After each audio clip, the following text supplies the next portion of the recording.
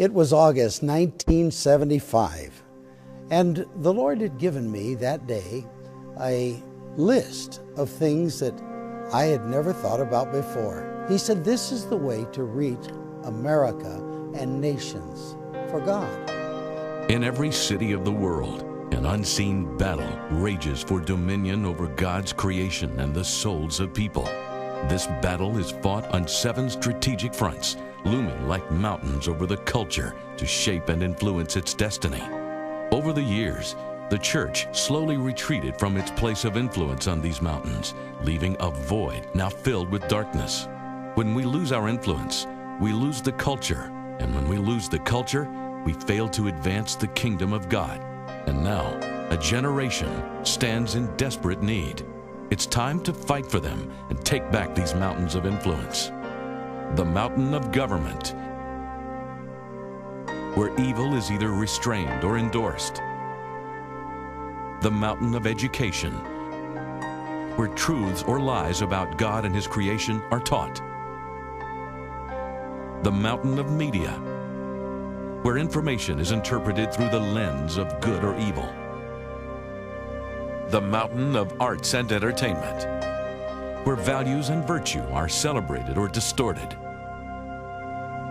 The mountain of religion, where people worship God in spirit and truth or settle for a religious ritual. The mountain of family, where either the blessing or a curse is passed on to successive generations. And the one mountain they all depend on, the mountain that fuels and funds all the other mountains.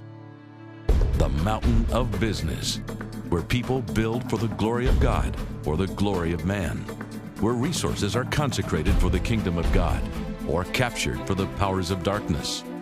Those who lead this mountain control what influences our culture.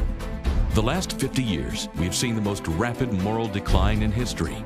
The culture we inherited from our forefathers is disintegrating before our eyes. What kind of world are we leaving for our children and grandchildren? As long as the business mountain is held by enemies of the gospel, funding for the other mountains will always be constrained, and any efforts to advance the kingdom of God will be hindered. Imagine God's people reclaiming their cities and government, in the arts and entertainment, in the media, in education, in the family, in religious influence, but only limited by their imagination and not by a lack of finances. It's possible, but first, we must take back the mountain of business. God's move to take this mountain back has already begun. Thousands and thousands of business leaders in every major city across the nation are filling arenas to learn from business leaders and hear the gospel of Christ. 90% of people working in the marketplace believe in God. 78% believe spirituality and business mix. 70% say that because of their faith, they find meaning and purpose in life. There are over 56 million Bible-believing Christians working in the marketplace, a vast army of God waiting to be truly engaged in the battle. Yet this strategic army and battlefront has largely been left ignored by the church. More than 90% of church members do not feel they are being equipped or trained by the church to apply biblical faith in their day-to-day life.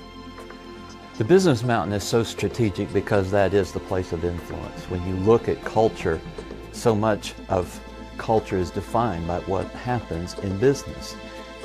If we would use the wealth of the world to bless the world, and bless it not only to distribute to the needy that which they need. When you bring economy and economic benefit to a nation or a culture, then you have influence in that culture. People, as they're transformed, who will transform all the spheres of society.